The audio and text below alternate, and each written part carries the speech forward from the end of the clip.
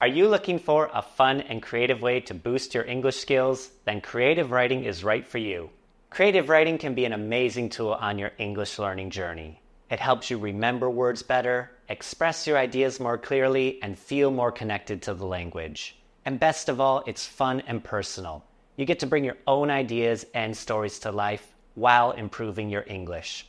No matter your level, beginner, intermediate, or advanced, stick around because what I'm about to cover could change how you learn English. Most English learners try to memorize long vocabulary lists, do grammar drills, or practice dialogues from textbooks. These are helpful, of course, but they only activate part of your brain. Creative writing does something different. It challenges you to take everything you've learned and use it to express your own thoughts and create something special. This process strengthens your brain's connection to English, making new words and grammar stick with you more quickly so you can use them more naturally. And most importantly, creative writing helps build your ability to start thinking in English. Many learners struggle with the habit of hearing or reading something in English and then in their heads translating it to their native language, coming up with a response in their native language in their heads, and then mentally translating it to English before finally opening their mouths or putting their pen to paper. When you do creative writing, especially the free writing activities I'll introduce later, you begin to skip that translation part and express yourself immediately in English first. Another benefit of creative writing is it builds confidence in ways that structured activities, like those you might find in a textbook, cannot. It feels absolutely amazing when you create something on your own in a language you're still learning. This confidence boosts your other skills. This helps you take more risks in conversations and makes you feel more confident when you are using English outside of your comfort zone. Often when I tell a classroom of students that we'll be doing creative writing, honestly, they're not too excited about it at first. And I wouldn't blame you if you aren't too thrilled either. A lot of students have what's called the perfection freeze. They don't believe their English is good enough to write creatively. They worry about making grammatical mistakes or using vocabulary incorrectly. But creative writing isn't about perfection. It's about progress, getting better and better over time. Another difficult part for learners is seeing a blank page. Starting with an empty sheet of paper can feel really scary. Maybe you don't know what to write about or how to begin. Time is another real issue. Finding time for yet another practice exercise can seem impossible. However, effective creative writing doesn't require large time commitments, which I'll discuss later. Believe me. Another problem I hear learners say is, I would write, but I'm not creative enough. If you're one of those people, I have news for you. Being creative is a skill just like any other that can be developed through regular practice, just like any part of language learning. When we talk about creative writing for language learners, many people immediately think about writing a novel. Instead, I want to introduce you to the idea of mini writing, small, manageable writing activities that can bring you huge language benefits without overwhelming you or taking up all of your time. The first activity that I love recommending to my students is called sentence expansion. Start with a simple sentence like, the cat sleeps, then add one element at a time. The black cat sleeps. The black cat sleeps on the sofa. The black cat sleeps on the old sofa. The tired black cat sleeps on the old sofa. The tired black cat sleeps peacefully on the old sofa. This exercise builds your confidence with more and more complex sentences while giving you practice with adjective order, adverb placement, and prepositional phrases. This is also an activity you can do with a partner. Start with a short, simple sentence each and trade your papers back and forth each time you add something. The second activity I like to recommend are called 6-word stories. This is another fantastic activity. A 6-word story is a very short story, using only 6 words, just like the name says. It usually gives a feeling or idea that helps the reader imagine a bigger story. Ernest Hemingway is believed to have written what might be the most powerful 6-word story ever. For sale, baby shoes, never worn. In just 6 words, this story has a strong emotional impact. It tells the reader that a baby was expected, but something tragic must have happened. Perhaps a miscarriage or infant death before the shoes could be worn. As an English learner, this format is perfect because it forces you to choose your words very carefully. You can try writing one about your day, your feelings, or a small observation you make. After my drive to work on Friday, I wrote in my journal, "Commute honks destroy my morning thoughts." This short piece talks about my frustration.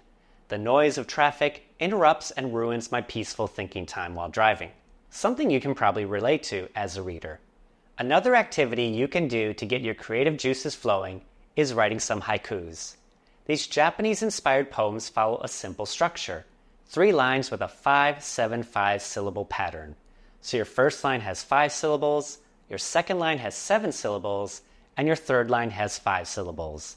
They usually focus on nature, but you can write about anything. Right before recording, I challenged myself to write a haiku about something in this room, and I chose this plush Ditto, which is my favorite Pokemon. I wrote, "Blank face, shifting shape. Who really knows his true self? Hiding in plain sight." So as you can see here, the first line has 5 syllables, the second line has 7 syllables, and the third line has 5 syllables. Of course, this was just for fun, and it won't turn into some Pokemon poetry book. Well, probably not. Haikus are great because they force you to write within the 5-7-5 syllable structure and choose your words carefully. The next activity I recommend is flash fiction. Often these stories are up to 1,500 words.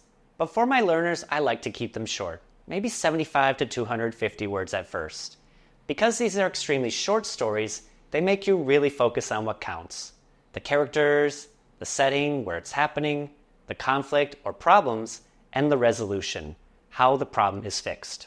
And if you're counting your words to make sure you don't go over the limit, writing flash fiction really forces you to be concise with your words. And when we talk about being concise, we mean writing or speaking without any unnecessary words, which is an essential skill. A few years ago, I was reading Death's End, which is the 3rd book in the 3-Body Problem trilogy. And in the book, a character talks about the 4th dimension and explains it as seeing the layers of the insides of things, but the character in the story, his brain couldn't understand what he was seeing. And this scene immediately inspired me to write a brief 100-word piece flash fiction. A younger me with less gray hair wrote, "Looked down and all I saw was my body inside out. The nerd with glasses thicker than a soda bottle on the TV said our universe was having what's called a quadridimensional flood. He went on about a dying universe passing through ours, giving us temporary 4th-dimensional vision. Said these clouds will just be passing through for a few centuries, and to sit tight if you find yourself in the middle of one. I waved at my skeleton and am waiting for the cloud to pass. I miss the good old days of only seeing 2D in a 3D universe." Weird, right? So doing this kind of writing is a really fun activity and can usually be done in 1 or 2 sessions. It can help build your confidence and help you strengthen your vocabulary. Plus, flash fiction allows you an opportunity to experiment with English and try out new expressions while telling a complete story at the same time. Remember, these mini activities might seem simple at first, but they're really powerful for developing your English. When it comes to one of the most powerful forms of creative writing, you really can't beat journaling. When you journal regularly in English, something amazing happens in your brain. Over time, your thoughts start to form in English rather than in your native language. This is a huge milestone on your English learning journey or any language journey, when you start thinking in the language that you're learning. And I really think journaling can help you reach this stage if you haven't yet. This school year, I've had 2 students tell me that they had their first dreams in English shortly after I asked them to start journaling. It's that powerful. So how do you start? I recommend starting with just 5 minutes a day. Set a timer, open a notebook or a Google Doc, and write continuously without stopping to edit, to correct yourself, or to think about what you're writing. Don't worry about mistakes. This is about expressing yourself, not about being perfect.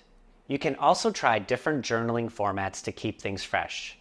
One day you can write a gratitude journal, where you list 3 things that you're thankful for and a couple of sentences explaining why. You can write a dialogue journal where you make up conversations between yourself and an imaginary English speaker. This can be really helpful to build your confidence when you have a similar conversation out in the real world. Or you can write an observation journal where you describe something you see in great detail. This helps build your descriptive language and sensory vocabulary. If you're ever stuck and don't know what to write, prompts can be incredibly helpful. Here are a few that can get you started. Write about a challenge you overcame today using the past simple tense. Describe your ideal day using conditional structures. Write about a cultural difference you've noticed between your home country and an English-speaking culture. These 3 are just a small sample of the 25 prompts I've posted in the description. These prompts develop specific language areas while keeping it personal. After a month of consistent practice, read your early journal entries. You'll be amazed at how far your fluency and confidence have improved. Seeing progress like this can really help motivate you to continue your English learning journey. Writing is great, but if you want to improve your English quickly, you'll need to get feedback. Feedback helps you see what you're doing well and what you need to work on. If you have a teacher, a tutor, or a language partner, don't be shy about asking for help. You might say, "Does my story make sense?" or "Are there any grammar mistakes?" You can also ask for advice about specific things, like your vocabulary choices or sentence patterns.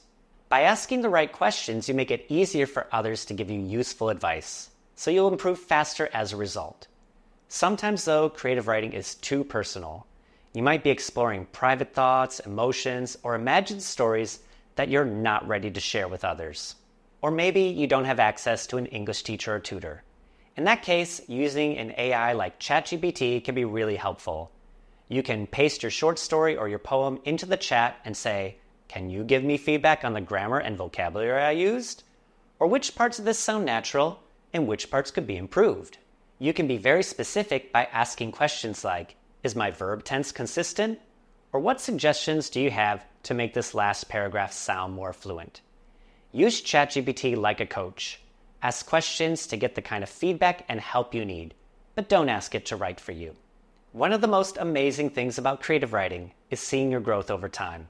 Immediately after watching this video, I'd like you to choose just one of the creative writing activities that I introduced. Do that activity every day for 7 days, and on the 7th day, look at your very first piece of creative writing and your most recent piece of creative writing, and compare the 2. I am sure you will see improvement.